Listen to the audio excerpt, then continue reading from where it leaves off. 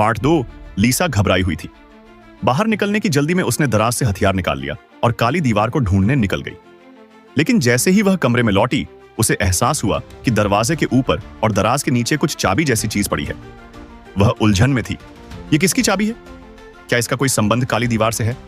फिर अचानक थक थक थक, हथौड़े की चोट से दीवार का एक हिस्सा टूट गया और उस दरार से उन्हें अपने पड़ोसी दिखाई दिए। पड़ोसियों से थोड़ी बातचीत के बाद उन्हें पता चला कि वे भी घर के अंदर ऐसी ही काली दीवार में फंसे हुए हैं। लेकिन किसी को नहीं पता था कि यह रहस्यमयी दीवार आखिर आई कहां से और असली अपराधी का मकसद क्या है।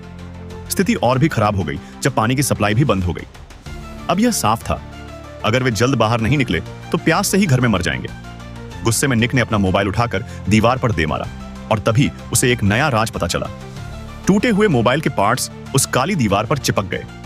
निक को शक हुआ, क्या यह दीवार चुंबकीय लोहे की बनी है? उसने तुरंत लोहे की कई चीजें दीवार पर फेंकी और हां, दीवार का असली रहस्य खुल गया।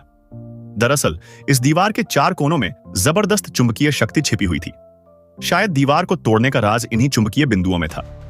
लेकिन जैसे ही उन्होंने कोशिश की, लोहे की चीजें जोर से हिलने लगीं। निक ने तेजी से अपनी पत्नी को बचा लिया, लेकिन खुद उसकी पीठ पर चोट लग गई। लीसा ने तुरंत उसका घाव बांधा।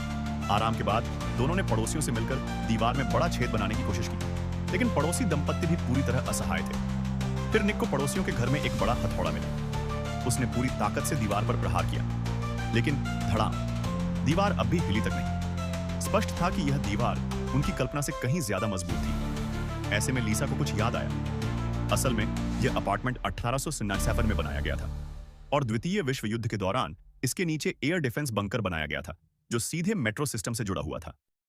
लीसा को यकीन था कि अगर वे नीचे खुदाई करें तो उस बंकर तक जरूर पहुंच सकते हैं और बाहर निकल सकते हैं। निक ने हथौड़ा उठाया और फर्श तोड़ना शुरू किया। अब उनके पास ज्यादा समय नहीं था।